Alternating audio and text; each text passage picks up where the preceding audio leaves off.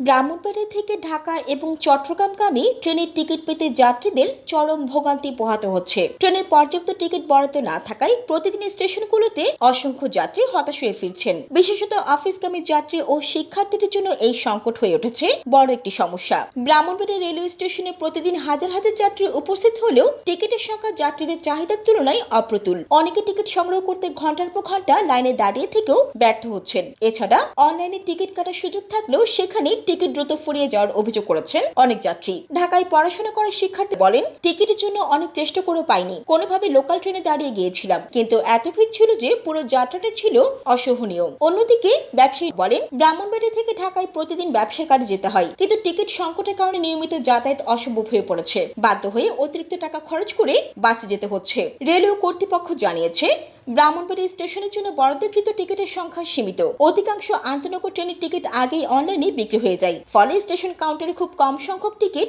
অবশিষ্ট থাকে। তবে কর্তৃপক্ষ দাবি করেছে, টিকিট সংকট সমাধানে নতুন ট্রেন চালুর বিষয়টি পর্যালোচনায় রয়েছে। স্থানীয়রা দাবি করেছেন, ব্রাহ্মণবাড়িয়ার মতো একটি গুরুত্বপূর্ণ রেল স্টেশনে টিকিট বরাদ্দের সংখ্যা বাড়ানো জরুরি। পাশাপাশি যাত্রীদের চাপ কমাতে এই রুটে অতিরিক্ত ট্রেন চালু করার আহ্বান জানিয়েছেন তারা। উল্লেখ্য, ব্রাহ্মণবাড়িয়া দেশের অন্যতম ব্যস্ত রেলপথগুলোর মধ্যে একটি। ঢাকা চট্টগ্রাম ও ঢাকা সিলেট রুটের গুরুত্বপূর্ণ অংশ হওয়ায় এই স্টেশনে যাত্রীদের চাপ সবসময় বেশি থাকে, কিন্তু পর্যাপ্ত টিকিট বরাদ্দ না থাকায় যাত্রীদের দুর্ভোগ দিন দিন বেড়েই চলেছে। প্রতীক টিভি নিউজ ডেস্ক।